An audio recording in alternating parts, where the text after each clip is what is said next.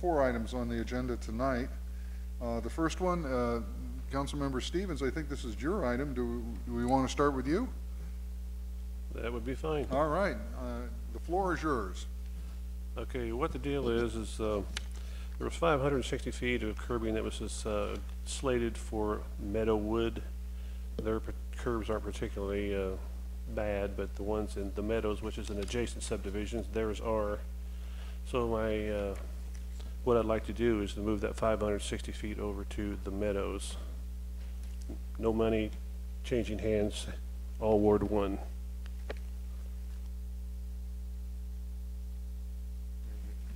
Eric? Could I ask, we do, the one thought that we have is that after our meeting with you last Monday, Mr. Stevens, engineering looked at this a little bit more, and they're seeing a little bit more of the meadows that would need it. Our fear would be that if we go in and we only do a 560 feet, that some of the people who are excluded in the meadows would be upset. So if we're going to, if the council is going to make a change, we would recommend a little bit of additional in the meadows without changing the budget. Mike, could I ask you to elaborate? As Eric said, after we met, I sent my my folks that do the curb evaluation out, and looking at just driveways, we identified about 900 feet of driveways that, rather than pick and choose and why did mine get done and not or why didn't mine get done, if we just focus on the driveways, not necessarily what's in front of the house, not what's in front of the green space. There's about 900 feet that needs to be replaced, plus or minus. My suggestion would be, if council wants to go along with Mr. Stevens' request, that we just truncate or reallocate some of the curb work that was programmed for Lucy Webb Road to make up that difference of about 310 feet.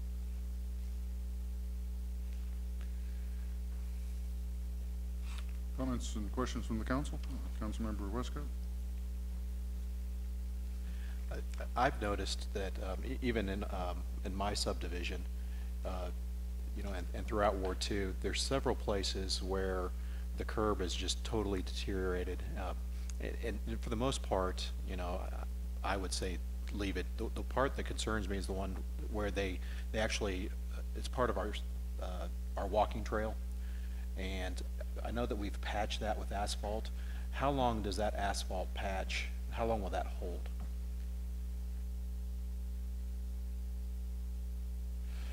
If it's on asphalt, it gets bonded because of the heat. It should last quite a while. So even though that the asphalt is actually on the concrete, it butts up to the concrete, but where the ramp is, it adheres through heat to the underlying asphalt. Well, what I'm talking about is where the concrete in the sidewalk is totally gone, or I'm sorry, on the curb. So what they did is they put the asphalt in the curb, and it's not actually touching the asphalt of the walking trail. It's purely in the curb. Okay. Our hope with any of those patches are not intended to substitute for full replacement. Our goal is to get 3 to 5 years out of those patches till we can get back around to till we cycle through on the list that we're doing. So there may be some areas where we have to go through and repatch a couple of times before that area of curb comes up in the cycle for full replacement. Councilmember Kellogg? Thank you, Mr. Mayor. I'm looking through this. I see where the Meadowwood is crossed out and the Meadows is inserted there. Going down through it, then in 2017, the Meadows is in the 5-year program at that point for 2,165 feet, linear feet. Is that still is that the same number that it was before? Okay. Then in the Meadowwoods, what was the need in the Meadowwoods that is on the program year for Zone 1, Program Year 2. That was crossed out. What we found, and as we go through, you can see on that chart, we've got a fairly balanced program. And we identified 3 levels of severity. Level 1 is you know, some cracking, and you can see some of the sure, thank you.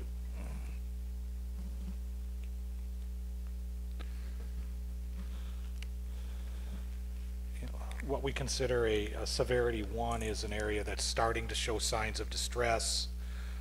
Severity 2, some of the gutter flag is starting to crumble in other areas, and then what we consider a 3rd level of severity is the curb's basically just about gone. It's starting to undermine the roadway. What we have found as we're going through this program, that it does not take very many freeze-thaw cycles to go from curb that's at a severity level 1 to a 2 or a 3. So what we look for as we try and balance the program is, as we kind of rounded through here, for Fox Haven, we identified almost 7,500 lineal feet. Timber Trails, another 1,000 feet, almost 3,000 on Lucy Webb Road. Well, we had a little bit of room to make it up to the 12,000 feet, and so based on our evaluation, we included the 600 feet in the Meadowwood, I'm sorry, to try and get ahead of the issue. Okay, and I appreciate that. But what my concern is that we've crossed out Meadowwoods in 2014, but I don't see it in the schedule anywhere after that, to where that's been replaced. Is that? Well, you're right, sir. I mean, that's, we would need, this is the basic 10-year plan. It would change from year to year, so we would probably try to slide it down into next year. But as of right now, yeah, if you eliminate Meadowwood right now, there's currently not anywhere showing in this current 10-year program any provision for hitting Meadowwood in the future. But go ahead, Mike. Sure. Yeah. There's always going to be a little bit of a ripple. If you look at the first year of the program, at the very top, where we said, we had identified the 12,000 feet, and where it was, where we have the two areas that were completed, and then the other 3 that are identified as carryover. When we say carryover, we didn't have funds available because there was additional work that had to be done, so those pushed down. My recommendation would be, Mr. Kellogg, we just didn't, dealing with the initial request, the next would be is there would be potentially a ripple effect where if Meadowwood would then be programmed either into 2015, then something in Fox Haven or Eagle Glen, it does ripple on through. Councilmember Boehner and then Wesco.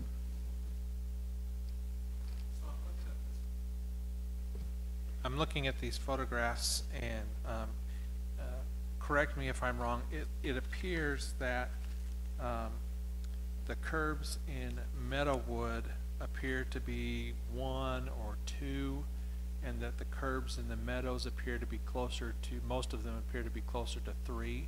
Is that correct? That's correct. I would say 3 and 4. Yeah, there's no question at staff perspective that every segment that's listed here, curb needs to be replaced. Okay. The issue is, as we try and balance the it's about 12,000 feet a year that we can budget at or repair at current budget levels. Mr. Kellogg mentioned the Meadows in 2017 at 2,165 feet.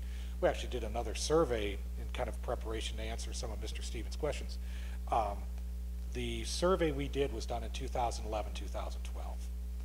The Meadows now it's closer to 3,000 feet of curb that needs to be replaced. So the deterioration continues. So yeah, you are correct. It is, in our severity scale, the curbs there are more deteriorated, but we found that it's very difficult to go in and only do so much. You know, then the folks start calling, why didn't you get mine? When are you gonna get? So our preference is, as much as we can, to go in when we go into a neighborhood, replace as much of the deteriorated curb as we can without having to make choices, you know, this is worse than that. Councilmember Westcoat and then Kellogg. Educate me a little bit further. Once a curb gets to a condition 3 rating, to where it's deteriorated, what's the ramification if we don't fix that curb right away? Does it start to impact roadway, and do the costs start to increase as the deterioration continues? Well, potentially, as Mr. Kellogg pointed out, in Foxhaven, we got, it rubbleizes, and we got a good rainfall, and it washed out the gutter flags. And once it washes out the gutter flags, then it starts undermining the roadway. So you can't, you've got to do some, that's why we patch, and I know it's, you know, people don't like the asphalt patches, but we're trying to maintain the integrity of the roadway so we don't start getting sinkholes at every one of those curb points. Councilmember Kellogg. Can I follow up with that? Do we know how many linear feet that we have that it's currently in a condition 3 within the city? I don't have that, but there's not that much difference between a 2 and a 3. I mean, our concern is that once it starts going, it goes. Okay. Councilmember Kellogg and then Stevens. And I agree with that. You know, once it's at that point, it's point of no return, and it just, instead of being incremental, it's exponential. You know, now you get underneath that road surface, and you're done. My question is because I'm kind of confused. The meadows and the meadow woods, which one is in the worst condition as far as affecting linear feet in front of driveways? The meadows, where we identified the 2017. Mr. Mayor, may I follow that up? One of the reasons why I'm so concerned about this, because I have heard from the Meadow Woods that there are some severe problems down there. If we take this off,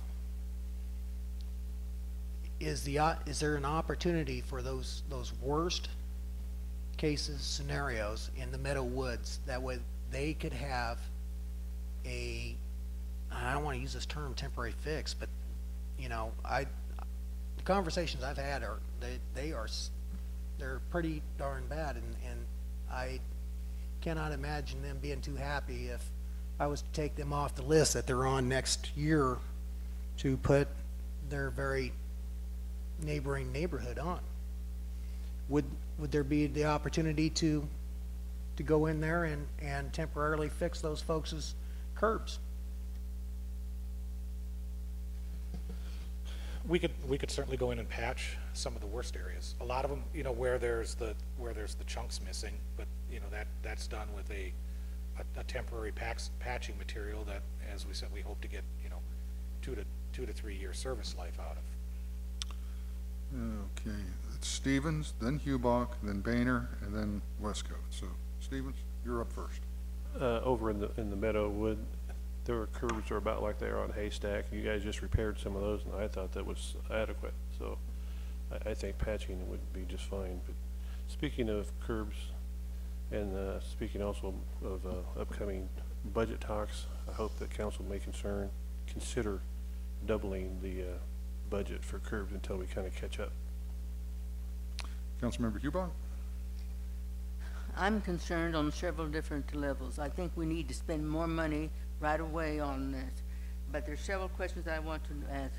It seems to me that the quality of the concrete we're using is extremely poor, because I don't care. I know that you're probably using whatever it is that Kansas City or those things say that we need to do, but when curbs don't last more than 2 or 3 years, there has to be something the matter with the material that's going in there. That's one of my questions. what is the quality of the concrete? Another one is, do we need to change the type of curb that we're having, that maybe the straight up and down would be better than the angled one that we're using? I'm not sure, but I wanted to ask about that. And then when you talked about patching rather than putting, there's nothing looks worse to have a bad curb on a street and just to have certain little pieces of it repaired, but the rest of it just not quite bad enough that it needs it. It seems to me we should change our philosophy, and when we've got a street that's got more than, say, like, I'll just throw out the number, 3 places on it, then we should bite the bullet and we should take it and replace the entire section and not have all this patchwork that goes with it, because it makes the town look just a little bit shabby as far as I could see. Then the next thing is, I know you're talking about curbs, whatever it is there at the Walmart and here in the City Hall. I noticed that the concrete seems to be going bad even in those upright ones that I'm talking about. When a car hits it once or twice, it seems that the concrete just seems to crumble, and I have concerns about that. So I don't know what the answers are, but I do know we need more money. Maybe we need to change our concepts of how we were doing this, but we need to do it because it's not getting any better, and the streets that are partially fixed, the rest of the street goes down to pot before it's time for it to come back. So what do you all suggest? Please, Eric.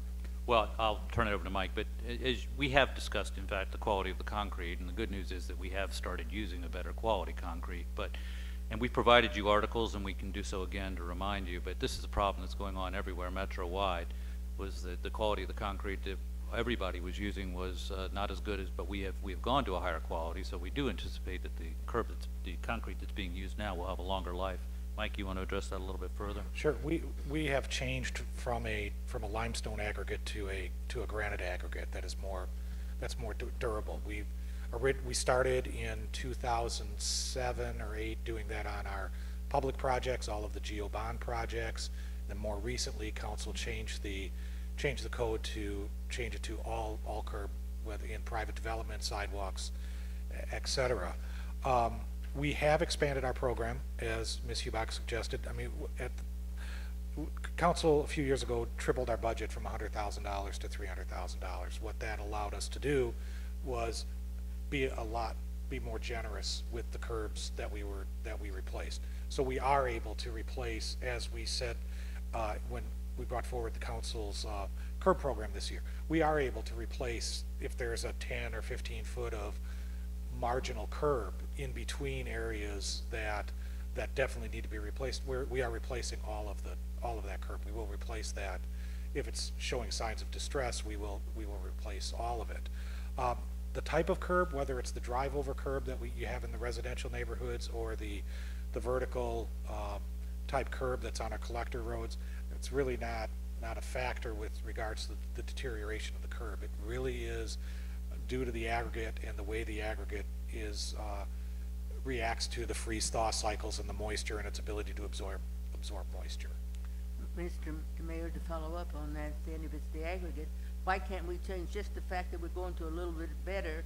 Can we come up with our own specifications for what we want in an aggregate? When I see parts of the older part of town that where the concrete is almost 100 years old and is in better shape than the concrete we put in the last 10 years, it makes me wonder if, I mean, I'm not satisfied to hear, well, this is what everybody else does. As long as we're having problems, we should do something about it. If I remember correctly, and Mike, I'll toss it to you in just a second, but was it a year or two ago, the council decided to establish that significantly better concrete was to be used and for all concrete in the city, and it's been that way ever since. Now, that does not change the concrete that was poured 5 years ago.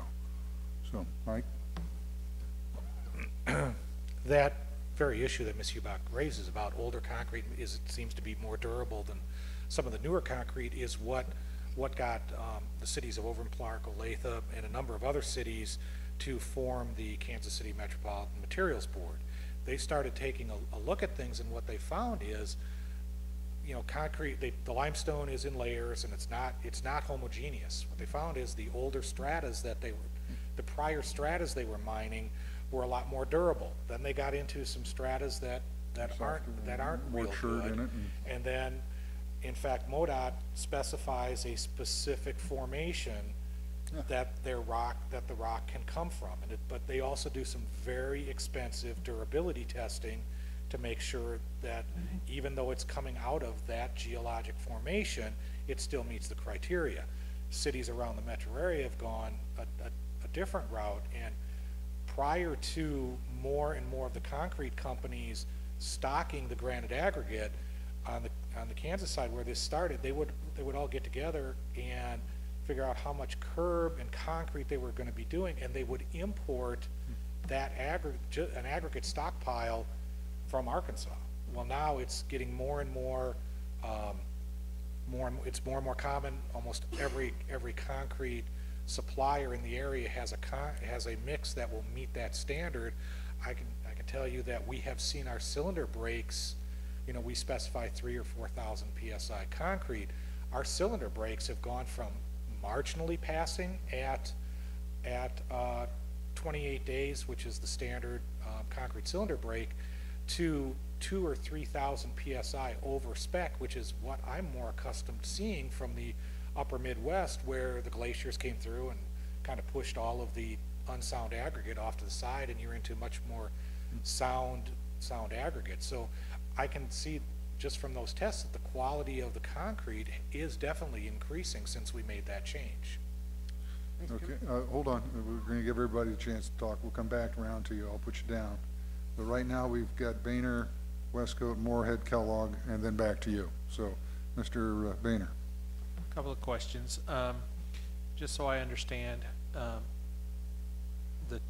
the general time that it takes to go from, say, a Category 1 to a Category 3, a couple of freeze-thaw cycles, 2 years maybe at most? 2 to 3 years, yes. Okay, and then the other question I had, the specification that we have for concrete, do we call out for air entrainment? Yes. Okay. Let's see. It's a W, so it must be Westcoat. I have a two-part question. How much do we have left in our undesignated fund balance? About $900,000 at the end of this year. And if we're going to give a program a boost of cash and advance it, do we get a bigger bang for our buck doing the curb program or advancing our road program?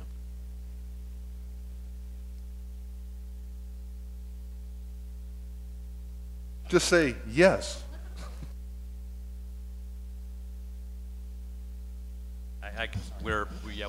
We can't say. Yeah, we're just not prepared to answer that. All right, Councilmember Moorhead. All that kind of segues a little into what I'm wanting to mention, and this coattails with Councilmember Stevens.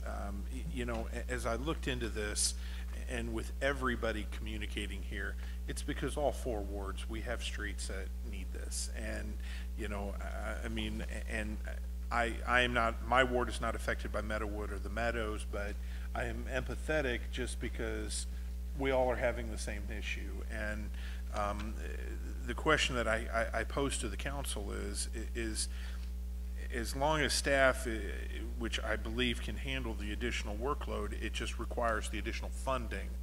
And if we obviously are passionate about this, which means I would encourage when we hit budget season this season that, you know, we just have to, clearly this is a priority.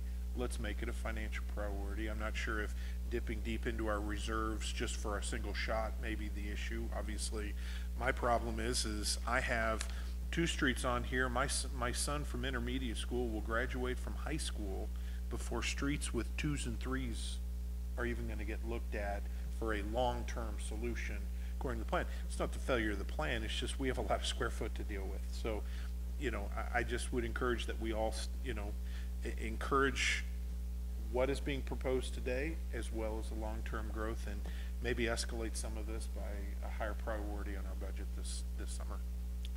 Councilmember Kellogg. Thank you, Mr. Mayor. Staff said something, as Mike said it, staff. clarify this for me. Is there an opportunity to substitute from Lucy Webb and rediverting that over to the meadows?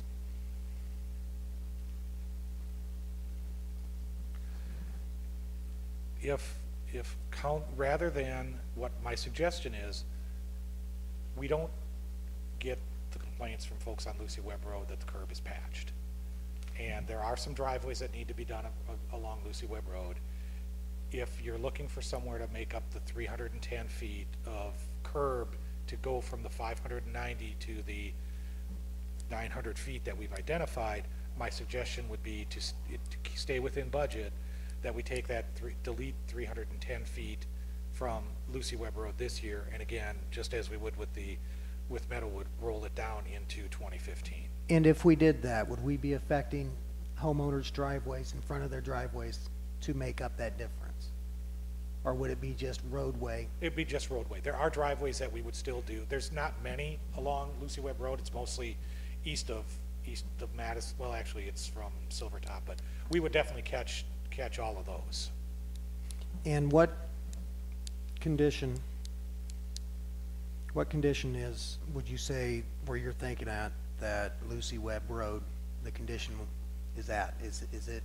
It varies, but some of it is, you know, into the category 2, category 3. Some of it is just starting to be the back of the curb is cracking, as you know, was shown in Meadowwood. Is there enough there in just the lower minimal category 1 to forego that for now? We're treading on that word that I hate, deferred maintenance. I hate that, you know, and I appreciate staff's, you know, this is exactly what we as council had staff do, is come up with this plan. And you know, is the opportunity there for the lower to be put off for a year or until further funding from us? It's either that, or if some small areas get really bad, operations can replace it.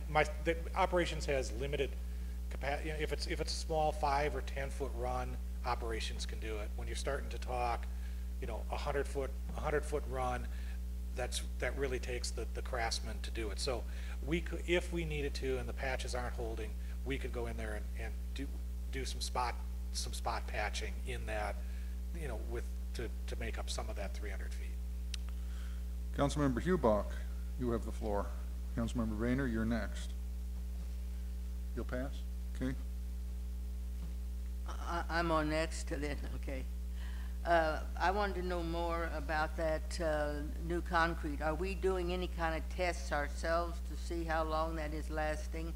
If instead of, say, like 7 years rather than 5 or whatever it is, because I'm still not happy with the fact that we're constantly having to repair. And the second one is, we're talking about homes. What about businesses? I noticed they're on Evans Avenue. That's terrible, about where they need to have all of those replaced. So are we talking about just residential, or are we also talking about picking up on commercial, or what? I believe the Evans is the Raymore Development Park area, and that is programmed for 2016. So curb is curb. We don't, you know, we are more sensitive in this case with homeowners, but we are replacing any curb that is need of replacement. Hopefully I'll be retired before we have to deal with it. I mean, we truly do look at, you know, a 50-year plus service life on concrete. I mean, there's concrete the Romans put in is still good. It's really the quality of the aggregate is where concrete gets its strength and where it gets its durability. Councilmember Moorhead, and then, did you have your hand up? And then Westcote. This goes back to the pulling the 300 feet from Lucy Webb. At $25 a linear foot, we're talking $7,500. In light of the surplus that we have, I would just maybe encourage to go to council. Let's just add $7,500. Let's not pull and splice out Lucy Webb. Let's fix the meadows. Let's fix Lucy Webb. It's $7,500. Let's just go ahead and get it done. I'd hate to sit and start splicing projects. Let's just, if tonight is about doing a little extra in Meadowwood and Meadows, let's just do it. Councilmember Westcott. I have a little concern, you know, and I go back to the patch areas that's right before you get to South Madison. You're going down Sunny, and the entire curb is deteriorated, and they've replaced it with asphalt. And I understand that, you know, we want to get, you know, 2 or 3 or, you know, hopefully more years, but, you know, as I look at our timetable, that subdivision isn't projected to even be hit until 2021.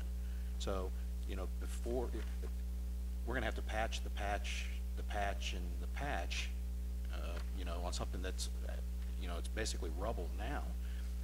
Should we institute a program where once the curb gets to a certain point, that we go in and actually at least fix that area, especially along our walking and our jogging trails or what have you, you know, instead of waiting, you know, 9 or 10 years before we can get to it.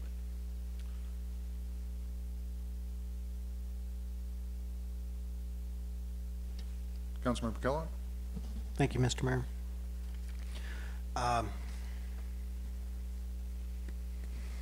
Thank you, Mr. Moorhead, for the support. I'd like to direct staff to go back and see and give council updates if we were to increase the curb program from $300,000 a year, what we can do with $400,000, $500,000, and $600,000, what that would do. This year or for the next budget cycle? For the next budget cycle. Okay. No, I'm not talking. Which is what Councilmember. Yep. Yep. That would be my Moorhead input that I'd ask for them to do for us. Okay. Other comments?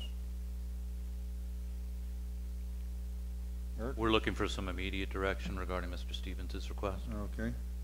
Councilmember Moorhead? Then I would go ahead and suggest that we authorize the inclusion of the meadows in the calendar year 14, as well as Meadowwood, subject to our discussion tonight. And then if it requires that the work, instead of splicing out of the Lucy Webb Road project and bumping that down, if there's an increase in the budget requirement, that it be presented to us to increase the budget allocation for that work.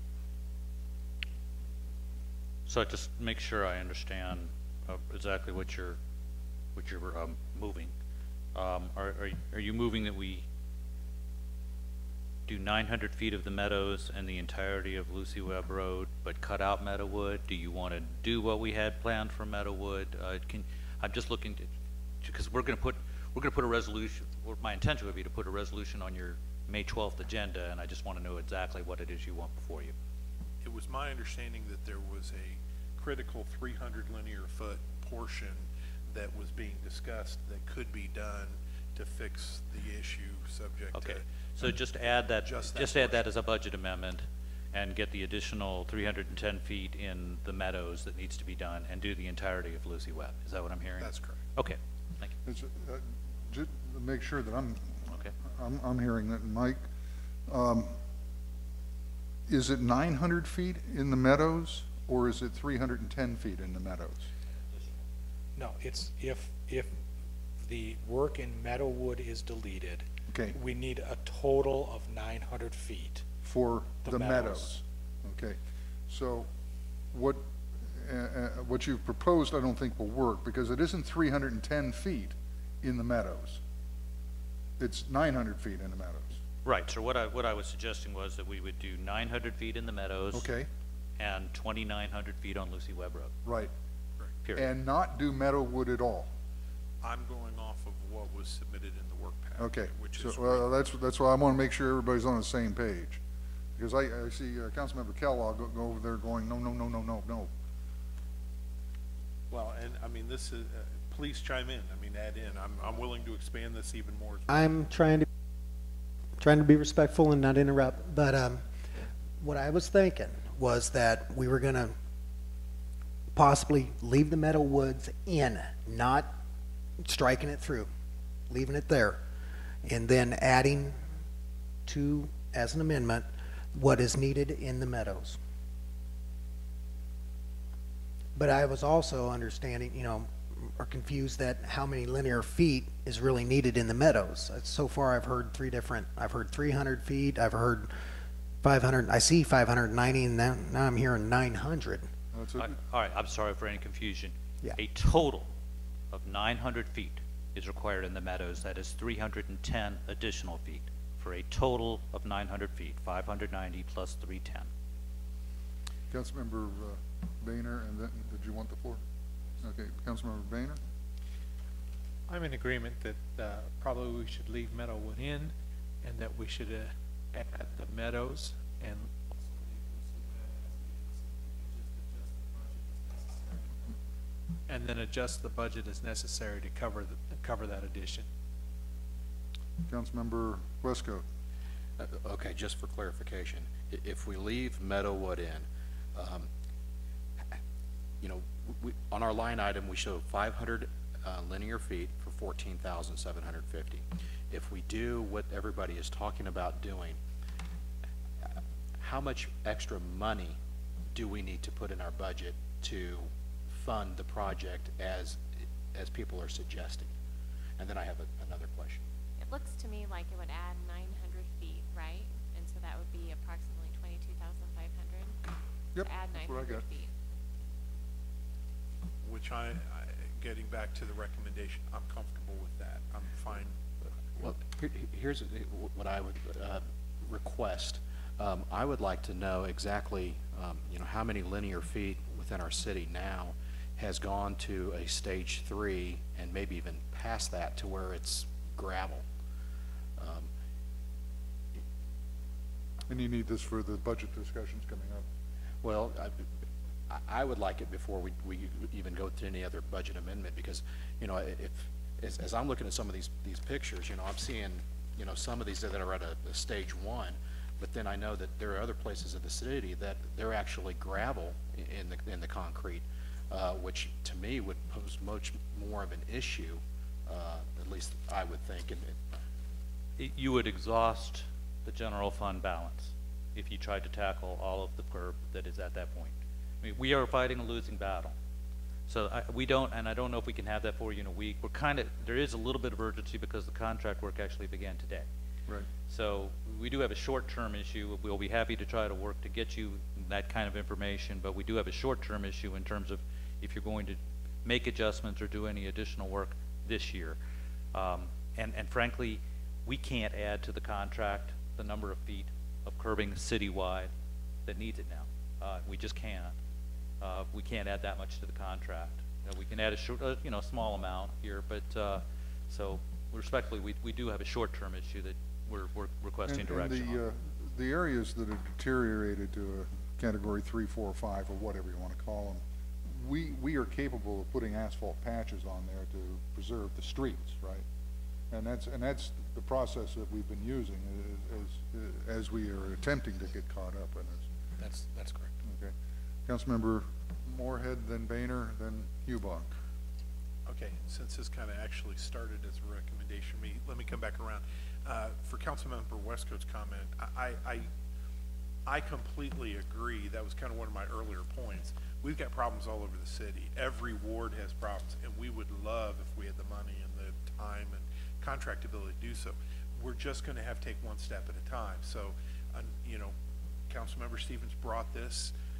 It's here. It's not amazingly intrusive. It does scoot somebody up, but ultimately this summer, the goal and expectation is if we increase this annual budget, other areas will get escalated up too as time goes on. So I guess since it kind of started with me, my recommendation is what Councilmember Kellogg proposed, which was we do Meadowwood in the meadows, leave Lucy Webb as is if the city staff is capable of doing that, and not deviate. I mean, like I said, I'd love to have my street done. I've got 2 and 3 in front of my house, but one step at a time. Well, you're a council member. You ought to be first on the list, right? I'm actually way in the back, so thank you. Councilmember Boehner, and then Councilmember Hubach. I'm looking forward to, because this is going to be an ongoing issue as we move forward. Now that we've got a correctly specified concrete specification, do we have an analysis of how long it will take for us to begin to see the light at the end of the tunnel, where we're not having to really pound down on some of these curves and the problem that we're dealing with? Well, I can tell you in 2011, 2012, we identified over $3 million worth of curb that needed to be replaced. And it is likely that that is going to continue.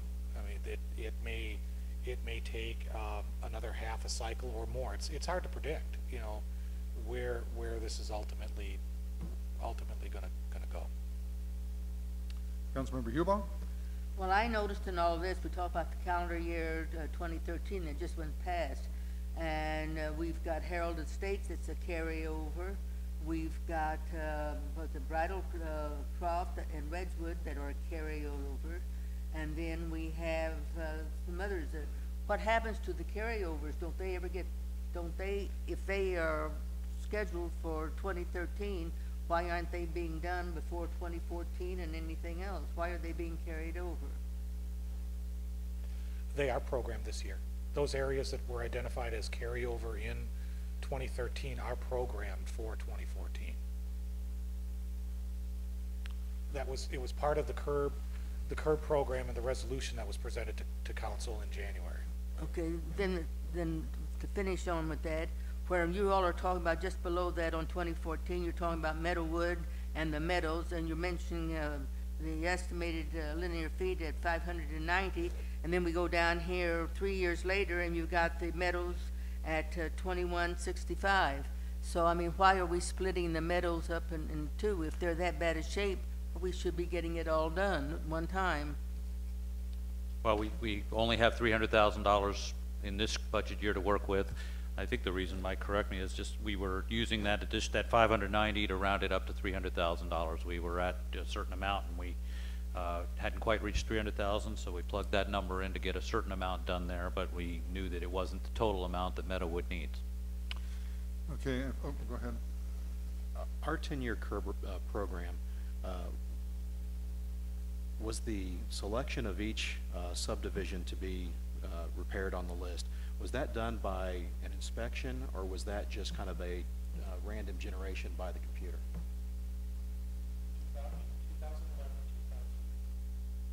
It's recognized. In 2011 and 2012, we surveyed the entire city. We then divided the city up into zones that kind of pretty much matched our snow route map, so that's the north third, middle third, south third. We did that because it's got fairly balanced miles of roads, and then we just started with on a rotational basis. As you can see, we rotate through the zones, and then we just keep repeating that process. Okay, now I'm going to try to summarize where we are and jump in here because I think I know we're going to keep Meadowwood on there. That's 590 feet. We're going to add the Meadows of 900 feet, causing a budget adjustment of some $22,500. Lucy Webb continues with its 2,900 feet. Is that what I'm hearing? I'm seeing nods. I'm seeing this sort of thing. Do you need any other Yes, sir. information? We'll have that resolution, or actually, if it's a budget amendment, we'll have that bill in front of you, and we might even request it as an emergency reading, just so we can go ahead and get that curb. So we'll have that in front of you at your meeting a week from tonight. Okay, thank you. And as a follow-up on that, I agree completely, the Councilmember Moorhead, that this is something that on the next budget cycle we'll want to look at probably a little bit deeper than we have in the past. I noticed that on this thing that this came before the council back in January, and of course the contract's been let and they're starting work today, I guess. Hopefully we won't be making adjustments like this in the future. It'd be nice to have something that we all agree to in an orderly fashion moving forward. We may have to double the budget. We tripled it some years ago, so we'll double it again. So. All right, moving on to the next item. I'm sorry, go ahead.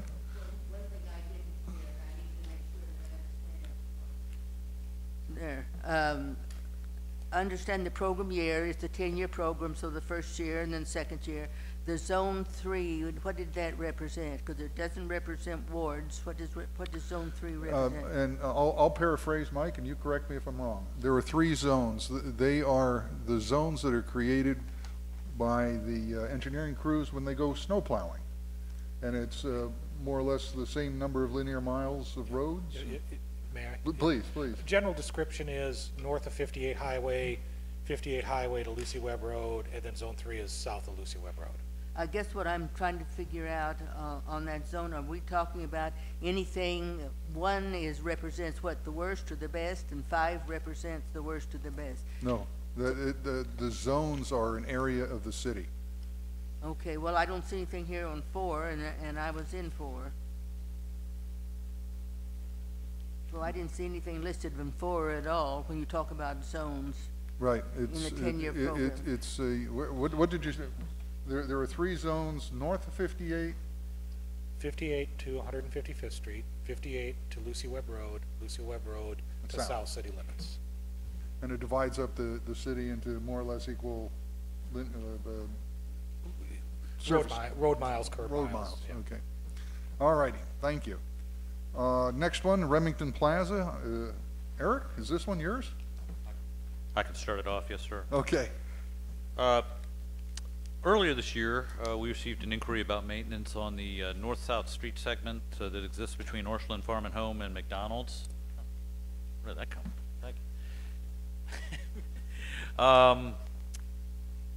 you. This is actually a private drive.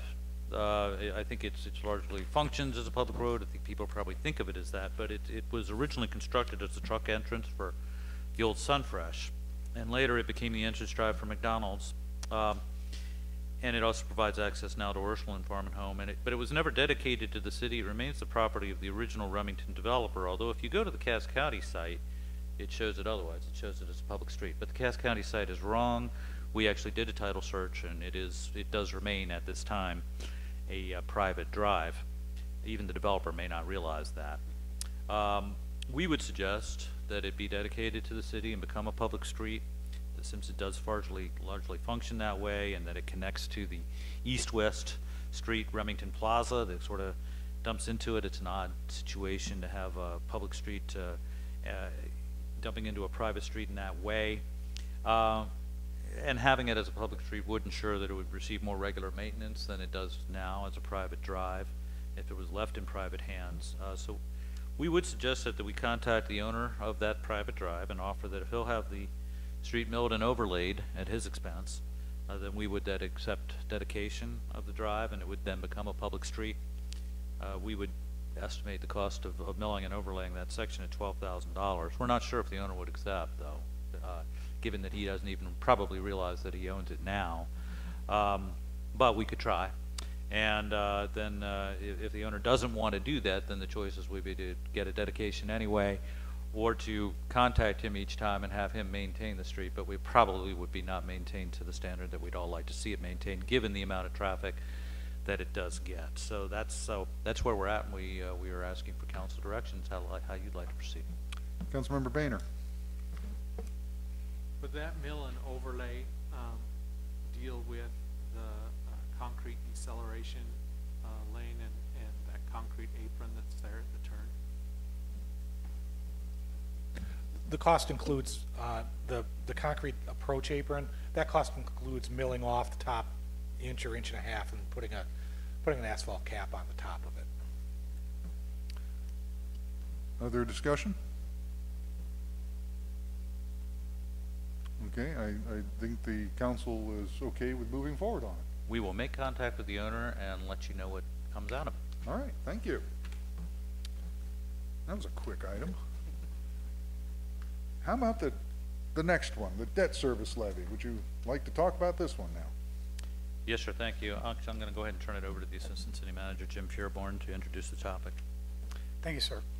For the purpose of establishing the debt service levy that the city is going to impose each year, state statute provides that a tax rate proposed for the annual debt service requirement will be prima facie valid if, after making the payment for which the tax was levied in the current year, bonds remain outstanding and the debt fund reserves do not exceed the following year's payments.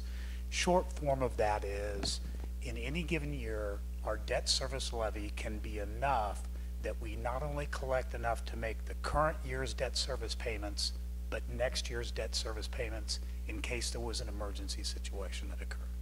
And in fact, the state auditor says that it's financially prudent to do so. At the current debt service levy, the debt service fund is generating annual surplus rather than a deficit.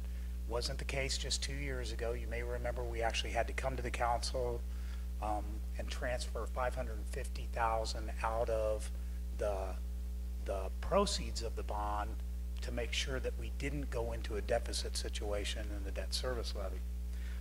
However, you also may remember that at the end of last year and the beginning of this year, we refunded a couple of general obligation bond issues in a very, very favorable manner. That was a savings of $2.2 million in our debt service payments over the next several years. That has led to a situation where the debt service levy, currently at 71.7 cents, is actually generating an increase in the debt service fund balance. We haven't yet hit that point where we would exceed what state statute allows. At the end of 2015, we currently estimate that that surplus would lead to about 90% of the next year's bond payment. However, in 2016, we would exceed the next year's bond payment requirement as far as funds were concerned. That leads to a situation where we need to make a decision on what to do with that levy. And there are three options available to council that staff has researched. The first one is to issue additional no tax increase debt and hold the debt service levy at its current 71.7 cents.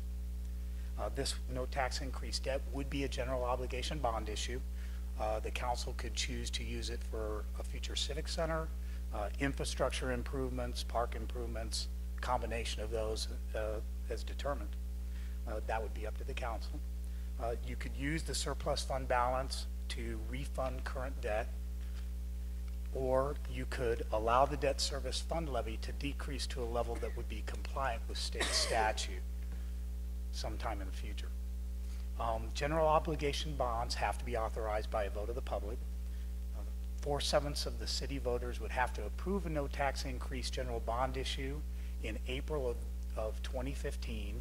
The city's financial advisor indicates that based upon current and projected growth in assessed valuation, assuming all of those remain constant, that would allow for a no tax increase bond issue to raise approximately $8.75 million in proceeds.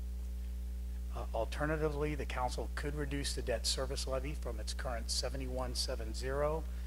Attached, you see what that would need to be reduced to so that we did not become in violation of state statute. That would be approximately 54.20 cents.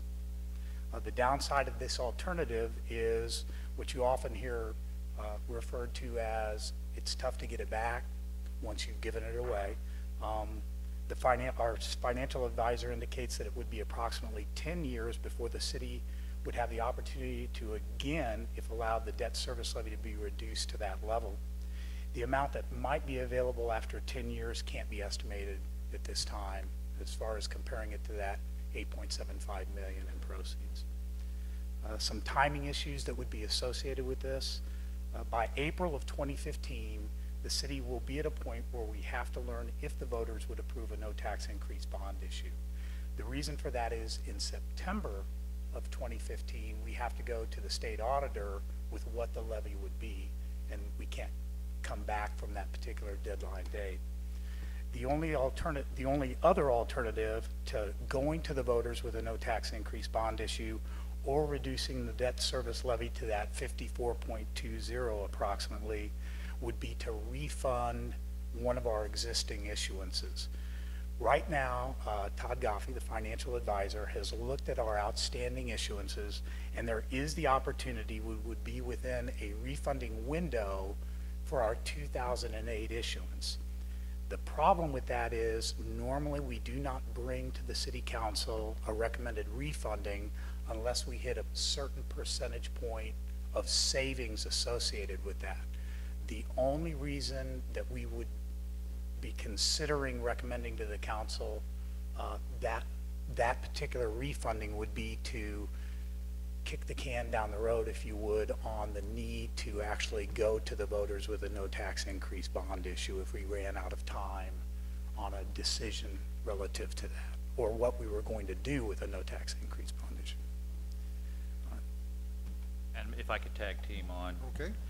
So, yeah, as Jim indicated, you know, we will have in a relatively short time frame a decision to make. You will have a decision to make as to whether to do a no tax increase bond issue. Of course, we've been talking about a civic center, although that isn't your only option, or reducing the debt service levy.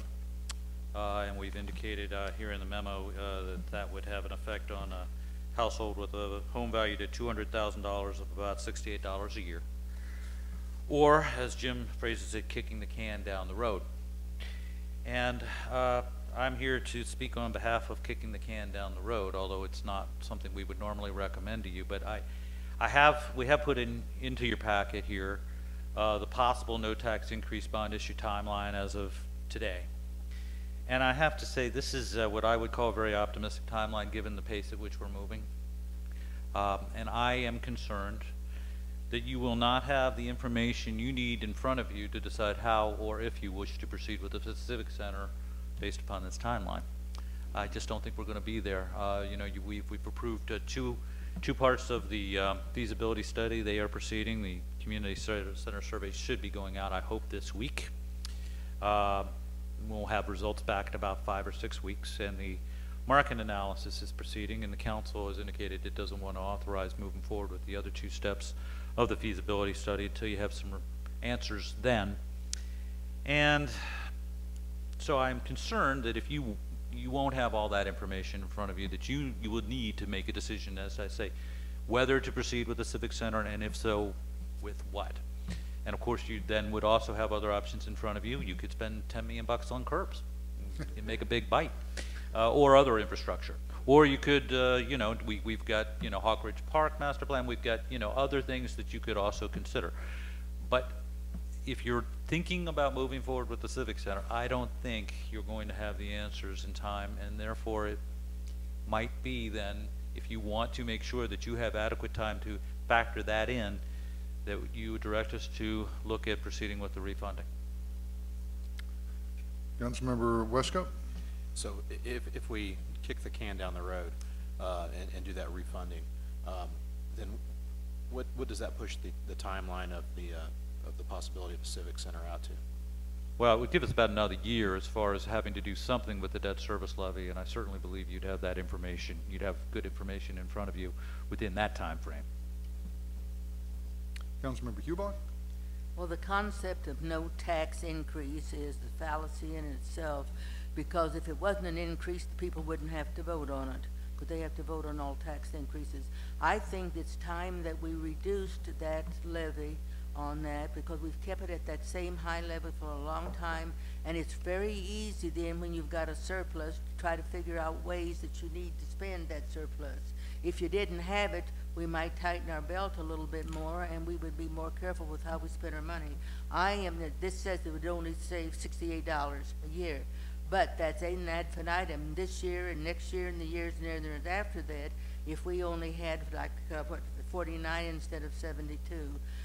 So I think it's time that we looked at reducing that debt levy. It's awfully easy to borrow money and to say, well, the interest is only 3% or 1% or whatever it is, but still interest has to be accounted for. And if we spend a lot of money on interest, it's something that we could have had spent on something else besides interest. It could be spent on streets, it could be spent on curbs, it could be spent on a lot of other things. Councilmember Kellogg and then Moorhead. Thank you. You know, one of the terms that resonated with me and I learned very well from former council member Adams is it's not a no tax increase and it's certainly not a tax decrease. And I understand your sentiments as far as giving tax relief and that, and I agree with that. I haven't seen one yet that I haven't supported. But my concern here with this is that if we allow this to just go away and we don't refinance a general bond obligation, our ability to borrow in the future is will more than likely be substantially less than what the $8.75 million will be. We don't know what, you know, we're talking tonight about curb replacements, you know, and we don't have any idea how accelerated the natural deterioration of those are going to be. We've all sat through the discussions of the Civic Center, Community Center, and as far as I can tell, there's overwhelming support for that we're gearing up for. And if we bite our nose off in spite of our face, you know, we're talking, the figures I've heard so far is anywhere from 10 million, 21 million, up to $30 million for Community Civic Center. You know, our GO bond, what the financial advisors are saying, what is, if we maintain it, 8.75 million. If we don't know how much it's going to be, but it's going to be substantially less than the 8.75 million. So I'm concerned about just letting it evaporate and go away, because it's, you know, it's going to curtail or affect our ability to borrow. Councilmember Moorhead. One of the reasons why I wanted this talked about tonight is because these are a lot of concepts that get easily misunderstood, and everybody's trying to say it in a common sense sort of way, and actually Mr. Fearborn was very clear in my mind. Even I'm not real knowledgeable about this. I love the idea of the rationale of, well, hey, why are we spending money on 3%? The problem is we can't do anything else with that money. If we drop this, we don't get the 3% to spend on anything else. The difficulty that we have here is we are a city that operates by spending money providing services to citizens, and while I would love a $68 tax break, at the same time I also know that the city is going to have less money to operate under. We value our surplus. Other cities would love to have our surplus, and some cities are not in a position to get to no tax increase bond obligation. We have the ability, yes, to unfortunately stay at the same, but it creates the flexibility that we want, we need.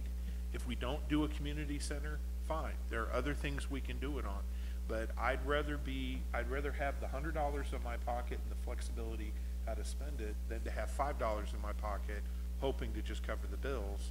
And unfortunately, I don't think the short-term sacrifice of keeping the debt service level as is equal to the gain we will have in the future on this. I like the flexibility. The fact that we've had this flexibility where we've been able to have refunds is at our control. And that's a wonderful thing. I'm just concerned that we could put ourselves in a different financial position, at least my interpretation. I hope I'm not mutating this too much, but I like having that flexibility more than $68. Before I turn it over to you, is the debt service levy the thing that the council votes on every year that we can increase because of whatever that fellow's name was? Hancock, thank you. Yes, sir. Yeah, by law, and I don't know what it would have been this year, but by law that the council could elect to charge a much higher debt service levy than the city has been doing, according to the formula that the state sets. And about how many years in a row has the council not increased that? Because that in effect is a rollback. Well, you're talking about the tire levy, I think. You're talking about the combination of the debt service levy, the park fund levy, and the general fund levy. But yes, if assessments go down, which they have for the last several years, or remain very steady, then you could actually increase the overall debt service levy, according to Hancock, the operating levies, park fund and general fund, And it would actually not be, according to Hancock, a tax increase. So that by keeping it the same, the council has rolled back the overall property tax levy for 3 or 4 years now, I'd say. Councilmember Westfield, thank you. Yeah, Councilmember we've Westfield. rolled it back ever since, for as long as I've been on, because I remember, you know, yeah, I've been on, going on 4 years, so, you know, I love the idea of rolling taxes back, but at the same time, you know, we have a discussion where, you know, our curbs, we need $3 million to fix those. You constantly bring up, we can use it for, whatever we want to. You know, you also bring up roads. You know, my fear is that if we do roll back that funding, you know, our infrastructure is deteriorated, and it deteriorates every year. And I would hate to make that decision to roll that back and then, you know, try to figure out, okay, now which road do we put off fixing, you know, for whatever reason. And then at the same time, with the Civic Center, I know that there's overwhelming support for it. We don't know just how large or what scale or what amenities we want to offer, but our citizens have said we want it. We just don't know exactly what it looks like yet. So I would hate to make a decision now, or, you know, here in the near future, when there are so many unknowns that are still, you know, outstanding. Councilmember Hubach. I can use it as a perfect example, and y'all are going to hate me for it, but a perfect example of why we need to reduce it is because we're wasting money unnecessarily. The roundabout's a perfect example. A $250,000 light would have sufficed, and now we're up to $75,000. If you didn't have the money, we wouldn't have done it. And what I'm saying is, Raymore has the highest taxation rate in the county. When you talk, maybe not, you're saying no, but when you talk to the assessor's office, they tell you that it is. So I don't know who's telling it, but they say that it is. And if it is, why do we want to keep that? We don't need it. If I have been paying on that levy, and I'll just use myself as an example, I've been paying on that levy for years. And when the time comes, if you want to have a civic center, then I will have paid for it many, many years over. Let us all pay for it at the same time. In the meantime, let us have a little bit of tax relief. And that's what I'm saying, because I can't see that it's going to make that much difference to us. Going to give you the floor, just don't start an argument. I'm not. I actually looked at tax rates, and I know that Belton's, I believe, is higher than ours, and there's other communities within Cass County that are higher than ours, because every year we voted to keep our levy the same, whereas everybody else has been increasing theirs. So, and you can call down and you can check that out. But again, you know, there are so many projects that, you know, we need to do, that, you know, we don't want to end up like Kansas City, where they have, you know, deteriorating infrastructure and they have no money to fix it. So what do? They just kick it down the road, and you know, they're like, well, we'll just worry about it in another 5 or 10 years. I don't think that's appropriate. You know, it's just not proper planning. Councilmember Moorhead.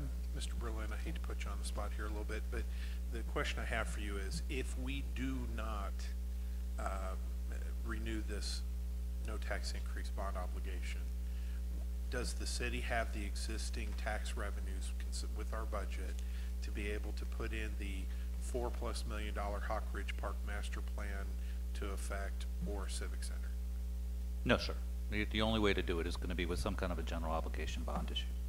Thank you. The question I have on this kick the can option to refund the Series 2008 water sewer bond, is that something that has to go before the people, or is that something that the council can do on its own? No, like any refunding. Oh, okay. Right. So that then gives us another year in Correct. order for everything else to settle down, and then the council, we can look at things at that point with the data that they have. Okay. You don't need any action from the council this evening on this? No, this is really just for your information tonight, but in a few months we'll be probably bringing a decision to you. And I think this was your item, so thank you for bringing it forth to council. Mr. Mayor, I think let me answer one question. when you're saying that Raymore's taxes aren't the highest for the services that we provide, because remember, we don't provide fire service. So we have to add that cost in to what the cost is for the city. And as a result, for the citizens, we do have paid the highest taxes for the 7 services that are provided. We only provide 6 out of those 7. So when you factor all of that in, our taxes are the highest for the services. Fortunately, Raymore is also a city that people want to move to, far in excess of any other of the cities in Cass County. Last item on the agenda tonight, I'll toss it out. Councilmember Westcoat, is this yours or is it Councilmember Hubach's? Councilmember Hubach had requested it. Councilmember Hubach, you have the last item this evening. Council retreat. I just thought that there was a need for the council to get together and decide on what some of our goals might be. We meet once every year or 2 or 3 with the staff, and we come up with ideas, but usually that are more staff's ideas, not necessarily there are more ideas, but they're the ones that have to fulfill them. It makes changes in their departments.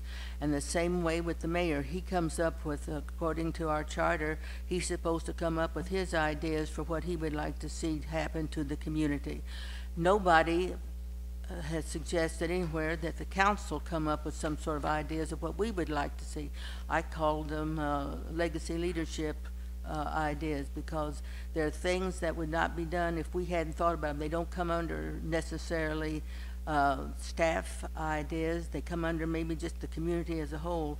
And I thought that there was a need for us to get together and talk about it and see if maybe we could come together on something, because we seldom have a chance to talk things through in detail.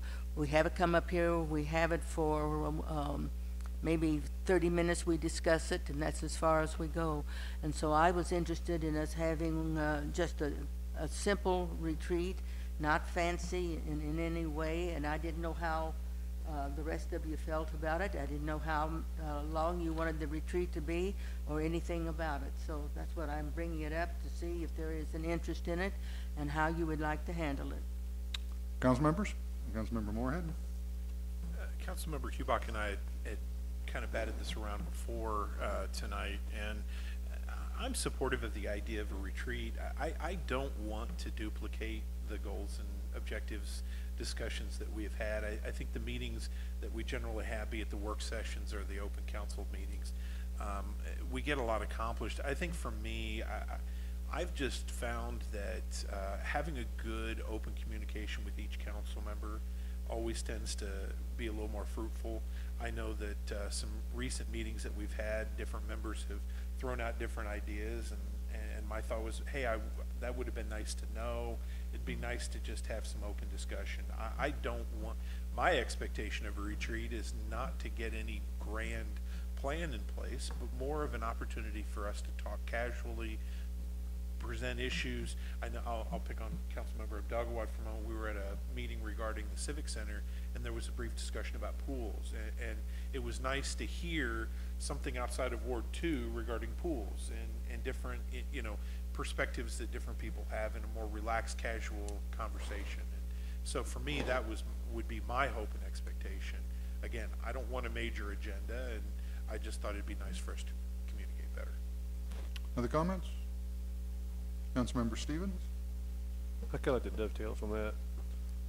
I don't know that we need a facilitator or anything like that. I think it's just a private meeting with all of us just having a conversation. So I would support that as well. Other comments? Councilmember Hubach? I would like for us to set a time, a date before we could get together. And then we could determine if we needed, quote, a facilitator or what. We could work out the details, but when we go into a retreat, we have to announce it to the public that we're going in and what the date of the retreat is. And so I was just asking if we could maybe set a date. Well, some of you have said to me that the sooner the better, because if we're going to try to do anything as a council, like a simple idea of some kind, we only have 1 year in which to do it. Only 1 year, and then some of us may not even have that long. So if we have a pet project that we would like to see worked on or discussed a little bit more, That was it. I'm not talking about personnel matters. I'm talking about things that would affect the entire community. It may be one ward more than another, but something that everybody would benefit. And I think the whole community would benefit if we got together and as a council, we understood each other's aspirations a little bit better. Comments? Councilmember Stevens and then Wesco? The only thing I would say is that we should do it before our budget in August so that we know what we're talking about when we get that point. Councilmember Wesco? I'd also support getting together. Councilmember Boehner? I think having a dialogue in a informal setting would probably be very beneficial to us.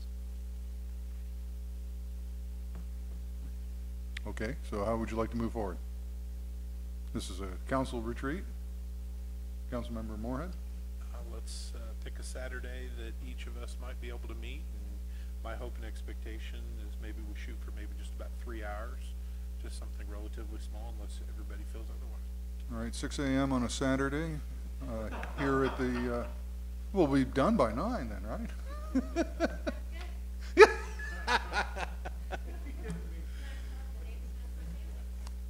Eric, is the council chambers available or the executive conference room or something like that on Saturdays? Usually, yes, sir, just about always. So I think you're probably pretty open if you want to try to arrange some kind of a Saturday session.